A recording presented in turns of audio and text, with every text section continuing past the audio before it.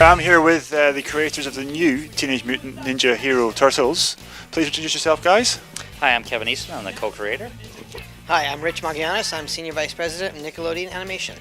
Now, the Teenage Mutant Hero Turtles, as we know them over here, Teenage Mutant Hero Turtles, Teenage Mutant Hero Turtles, Teenage Mutant. they've been going for quite a while, and they've resurrected their head once again. What's brought them back to the mainstream again? It just seemed timely. It just seemed the right time to do it. It was almost a perfect storm of, the right creativity, the right talent pool came together. I mean, the technology you guys are exploring at Nickelodeon to tell the new animated series is what it really was, just a perfect timing for all of that. Excellent! Get a pizza! Get real! With all the resurgence of superheroes going on nowadays, and they're bigger than anything, and right now for Nickelodeon, especially for Nickelodeon, this is a perfect fit.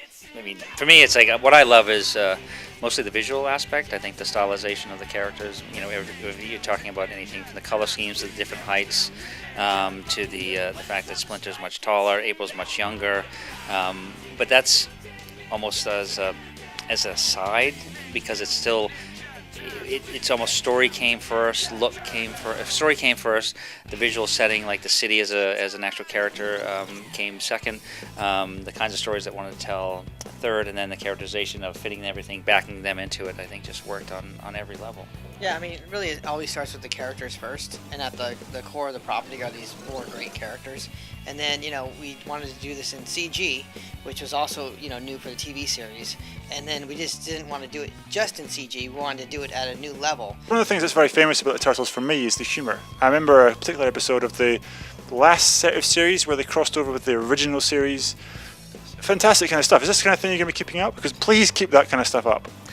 Yeah, absolutely. I mean, sorry. No. See, I have to. It's like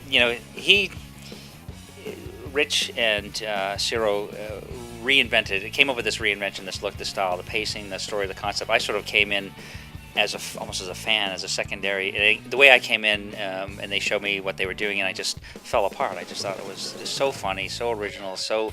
I mean, it hit on every note, whether you're talking about the actual voice casting to right down to my favorite humor characteristic, which is the Michelangelo character with Greg Sipes' work. Do you think then perhaps the Turtles haven't been gone away long enough? Do you think? I mean, they resurrect every now and again, and it's great to see them come back. But I mean, anyone cynical, not me, might say that they haven't been away too long enough. It seems to be a resurgence going on right now in TV and movies, and for this type of property. So this is what everybody's looking forward to, and I really feel like right now was the time to acquire the Turtles, reboot it, and again, by rebooting it, we're going to do something different and exciting that you haven't seen before. And we're also, we're tweaking some of the characters and also pushing in certain areas that have always been there, but we wanted to refocus on that and sort of, just really push it further. Have you made the teenagers more modern? Are they tweeting now? They're not tweeting, but they were definitely bringing them back. We started to feel like they were getting a little older. They kept getting bigger in size and the whole thing, and so we wanted to bring them back down to the original size, and age appropriate. So right now they're about 15 years old, and they're not on steroids. As in some iterations they're getting really big. So we wanted to keep them still physically in shape like a high school athlete. Like young football players almost. But relatable, and not overdone. So when you guys bought all the franchise, did you inherit those animatronic suits that they wore for the movies at all? Because they're kind of cool. If you have any spare knocking around, please let me know. That's all. Yeah. It's funny because I have one. I have one of the ones. Really? Yeah, I have one of the ones from the first Turtle series, first Turtle movie that Jim Henson did. Yeah. And the unfortunate part is those literally started rotting on set when they made them, because they're made to, they're just made very, I would say cheaply, but they're made effectively to work.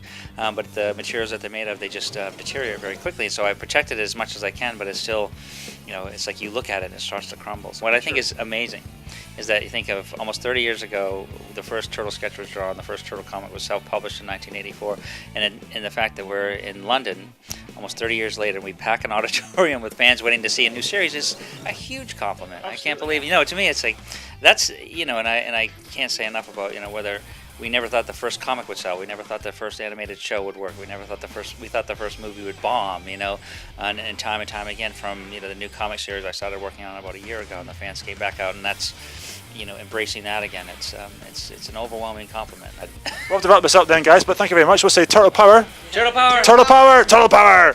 Thanks, guys. Thank you.